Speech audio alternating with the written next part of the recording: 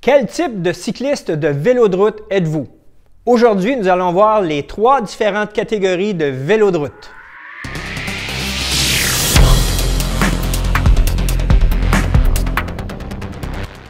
Salut, c'est Marc de la chaîne Ravito, votre point de ravitaillement pour tout ce qui touche le vélo de route de près ou de loin. Vous y verrez des capsules sur des revues de matériel, de l'entretien de votre vélo et même des catégories de matériel comme nous allons voir aujourd'hui. Et si vous aimez nos capsules, abonnez-vous, c'est gratuit. En tout temps, vous pouvez aller voir les notes et les liens que j'ai insérés dans la description. J'y explique la vidéo, mais aussi des données techniques associées à cette vidéo. Aujourd'hui, nous allons parler des différentes catégories de vélos de route et leur utilité. Et afin d'en parler, je suis avec Steve Riverain, qui est le gérant de la boutique SICK Performance de Chambly, que j'aimerais d'ailleurs remercier de nous prêter leurs locaux pour faire nos capsules d'information. Steve, salut, ça va? Bonjour Marc, ça va très bien. Steve, peux-tu nous expliquer pourquoi il existe différentes catégories de vélos de route? Bien sûr. Il y a différentes pratiques, différents cyclistes pour des différents besoins. Certains, c'est la compétition. D'autres, c'est simplement la randonnée, le plaisir de regarder ce qui se passe en entour, tandis que d'autres, c'est un peu entre les deux, aiment la randonnée et aiment une certaine compétition. Voilà pourquoi il existe au moins 3 types de vélos différents pour différents besoins. D'accord, je comprends. Donc, ça dépend toujours de vos besoins. Alors, comme Steve a dit, selon ce qu'on va vous montrer tout de suite après, vous pourrez choisir votre catégorie de vélo de route. Est-ce que tu veux nous parler maintenant des différentes catégories de vélos de route qui existent? Tout à fait. Le premier qu'on a ici devant vous, c'est un vélo confort. On peut le retrouver dans le vélo d'aluminium comme dans le vélo de carbone. Ici, j'ai pris un vélo de carbone de la marque Bianchi.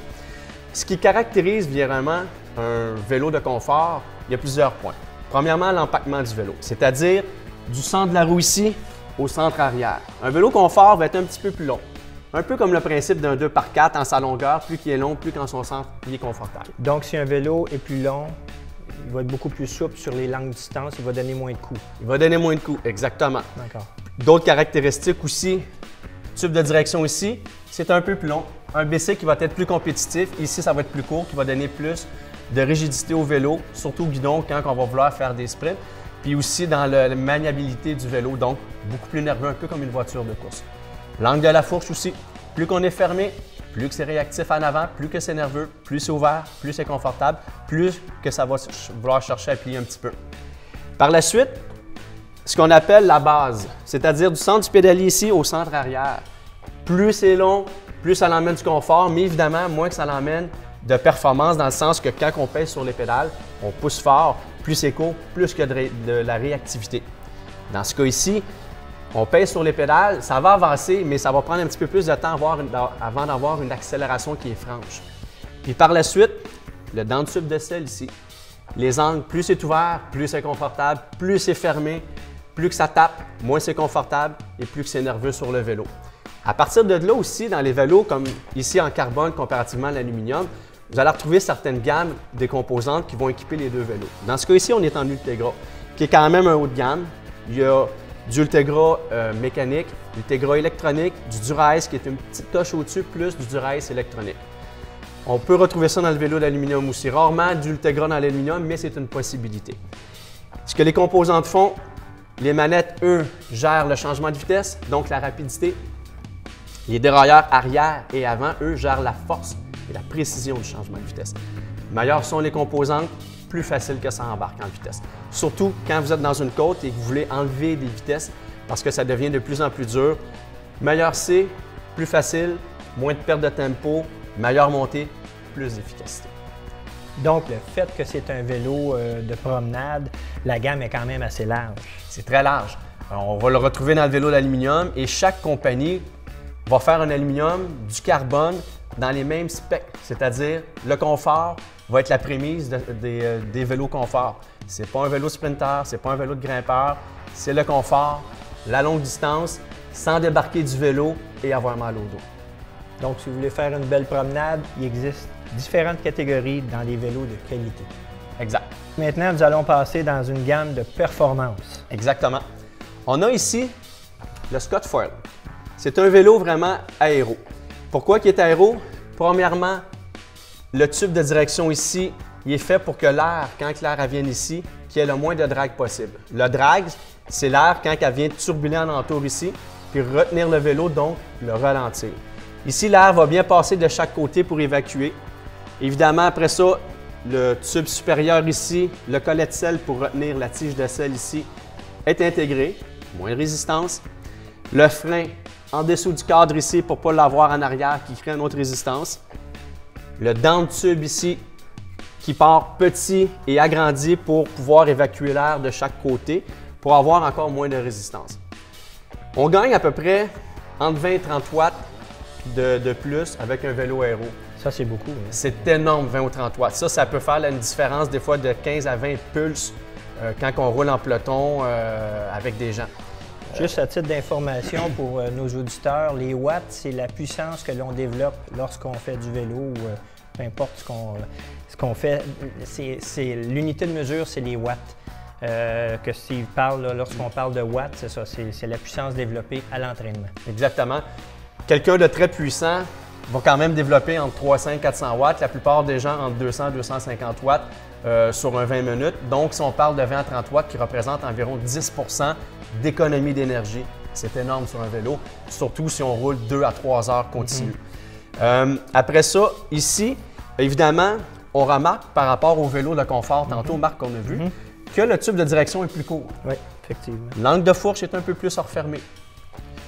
Le wheelbase ou l'empaquement, donc centre ici, est un peu plus court. On ne parle pas de 4-5 pouces, on parle de millimètres ici. Mais chaque millimètre dans un vélo va faire la différence entre le vélo confort qu'on a vu tantôt, le vélo aéro ou le vélo de grimpeur. Tout ça, ça fait des différences, comme la base ici aussi. C'est un vélo qui permet, quand on roule en peloton, donc en groupe avec différentes personnes, on roule vraiment collés l'un envers l'autre, d'économiser énormément d'énergie. On sait qu'on sauve 30 d'énergie en étant à l'arrière de quelqu'un. Imaginez-vous en plus si vous gagnez 15 à 20 sur le wattage avec le vélo aéro. Donc, ça devient presque facile à rouler avec un vélo comme ça en peloton à 40 km/h. Donc, ceux qui font du vélo de performance, vous savez très bien qu'un de nos plus gros ennemis, c'est le vent. C'est là qu'on a le plus de résistance, ça et les côtes. Donc, avec un vélo aéro, comme Steve disait, 30 watts, c'est énorme ce qu'on peut gagner avec ça. Donc, c'est un plus d'avoir un vélo de ce type-là. Exactement, Marc. Et finalement, la dernière et troisième catégorie, le puncher-grimpeur. Exactement. Comparativement aux deux vélos qu'on a vus tantôt, on a ici le vélo qu'on appelle puncher-grimpeur. Évidemment, on n'a pas la fourche intégrée au dent de tube ici. Ce qui va créer une certaine turbulence, mais pour grimper, un petit peu plus de souplesse. Une direction très petite pour avoir vraiment une bonne rigidité. Donc, quand on grimpe, que le vélo ne se promène pas trop, mais on garde quand même une certaine souplesse. Par la suite, la base ici, vraiment très courte. On parle environ en général à 402-403 mm de longueur. Un bottom bracket, donc, ce qui retient le boîtier de pédalier quand même assez stiff, mais un confort vertical aussi. Donc, un dent de tube de selle ici, un petit peu plus incliné que le bike aéro, mais moins que le bike confort. Ce vélo-là, qu'est-ce qu'il nous emporte surtout? C'est une certaine souplesse, Marc, quand on grimpe, donc plus permissif. Le bike de confort, lui, comparativement quand on grimpe, va être un petit peu trop mou en général, donc moins de transfert d'énergie sur les pédales arrière. Trop flexible. Trop flexible. On perd de l'énergie. Exact. Le bike aéro, à son contraire, un peu trop rigide. Donc, une journée qu'on n'a pas de jambes, le bike aéro nous le dit. En danseuse, exemple. En danseuse. Trop stiff. Trop stiff, perte d'énergie, donc on monte les côtes un peu moins bien. Celui-là ici, une belle souplesse, on monte facilement les côtes avec une belle énergie. Et si on veut donner un coup dans la côte, le vélo va vraiment vous le permettre et accélérer, c'est instantané. Donc, on a ici un bike qui a un certain confort, une belle souplesse, mais il n'y a pas le confort du vélo confort, il n'y a pas l'aérodynamisme du vélo aéro. C'est un bike overall capable de faire à peu près tout. En général, le bike va convenir à peu près à 80 des cyclistes. D'accord. Même en compétition, il y en a qui vont rouler ça, surtout sur les épreuves de professionnels. Parce qu'on ne peut pas deviner quel genre de terrain qu'on va avoir durant la compétition. C'est comme le précédent, j'imagine, c'est plus pour les sprinters. Oui. OK. Les sprinteurs, ceux qui sont forts en roulant en peloton, généralement, le bike aéro, c'est celui qui va, le coureur va emmener son coéquipier qui va grimper, va rouler fort en avant, couper le vent, avoir plus de facilité. Et puis, le gars qui va avoir le vélo de grimpe rendu à côte, il va larguer l'autre, il va monter à son rythme à lui parce qu'il a économisé énormément d'énergie en étant à l'arrière de son ami. Donc, c'est le plus complet. Oui. OK. Intéressant. Donc, comme Steve a dit, vraiment, si vous cherchez un vélo de performance, mais en même temps qui peut toucher à tout, autant du plat que de la grimpe et ainsi de suite, je crois que c'est le meilleur vélo que vous pouvez avoir. Steve, pour terminer, est-ce que tu aurais des conseils à donner à nos auditeurs? Tout à fait. La première chose à faire pour trouver son vélo, c'est d'identifier votre besoin.